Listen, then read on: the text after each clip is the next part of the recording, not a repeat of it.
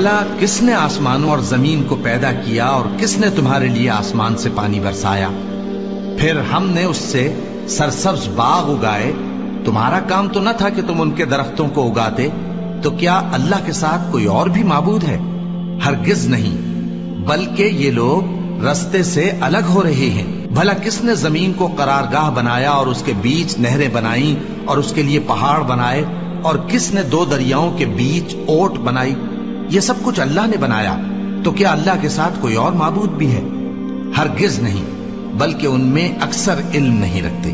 بھلا کون بے قرار کی التجا قبول کرتا ہے جب وہ اس سے دعا کرتا ہے، اور کون اس کی تکلیف کو دور کرتا ہے، اور کون تم کو زمین میں اگلوں کا جانشین بناتا ہے؟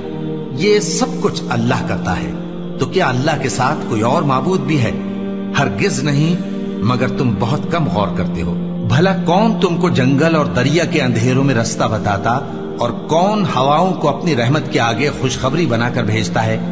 یہ سب کچھ اللہ کرتا ہے، تو کیا اللہ کے ساتھ کوئی اور معبود بھی ہے؟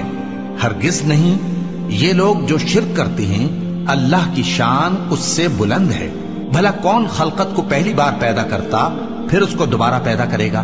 اور کون تم کو آسمان اور زمین سے رزق دیتا ہے؟ یہ سب کچھ اللہ کرتا ہے، تو کیا اللہ کے ساتھ کوئی اور معبود بھی ہے؟